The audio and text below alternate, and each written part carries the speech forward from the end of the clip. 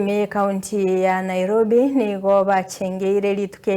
ase bakora etaro y'omurembe ase bara ya Lang'ata na maiga yae gokora egeikaro ase skuru y'abantu bamenyete n'oborema ya Kenya Society for the Blind. Moyogoyo oragwa n'omonogeri bw'eserikali Isaac Mwaura hamwe n'ababwatani bandi nigo bairari bagelio na gukwanera emichando abantu bamenyete n'oborema bagwetera ase boigo baru KOBORIA gochia ase EAMATE gotiga kobachaya na boigo KOBAUNERERIA abantu abo chinga kechio boigo nigo bairari bagelio na KOBORIA gochia se kiombe getenenere tobosombi wechibara NTSA kwango yali chiko lyo kubalinda ase chibara ase batebire nigo bakonyora omuchanda goseme chande menge ekero bale ase chibara.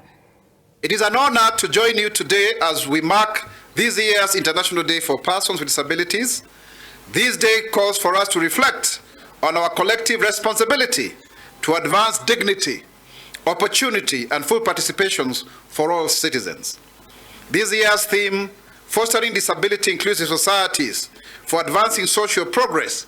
reinforces the principle at the heart of our Constitution that every Kenyan matters and must be enabled to contribute to national development without any form of discrimination. Kenya's commitment to disability inclusion, the government continues to prioritize disability inclusion as a cross-cutting national agenda grounded in the Constitution. The Persons with Disabilities Act of 2025 obligates Kenya's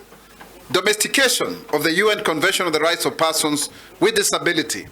Additionally, our development model, the bottom-up economic transformation agenda, also strengthens this commitment by ensuring that persons with disabilities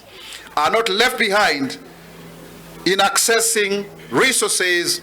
opportunities, and social protection. Through the Better Plan, the government has placed equity, productivity, and inclusion at the center of our economic transformation. The key actions aligned to this agenda include, number one, strengthening social protection through the expansion of cash transfers for persons with severe disabilities and the regular, predictable release of funds, ensuring that households can meet basic needs with dignity. Already, over 50,000 households are benefiting from the Inua Jamii cash transfer program for those with severe disabilities, especially those with autism, Down syndrome, cerebral palsy, intellectual disability, and other developmental disabilities. We are also enhancing access to economic opportunities by emphasizing micro, small, and medium enterprises, MSMEs, as engines of growth and ensuring that persons with disabilities are supported to access Hustler Fund and business development services. In this regard, in the recent Nyota program, the age of those with disabilities, youth with disabilities, was raised to 35 years, while the other youth were up to 29 years, 18 to 29 years, to ensure that we also ensure that we bridge the gap and have a transgenerational equity, because most people with disabilities start life late.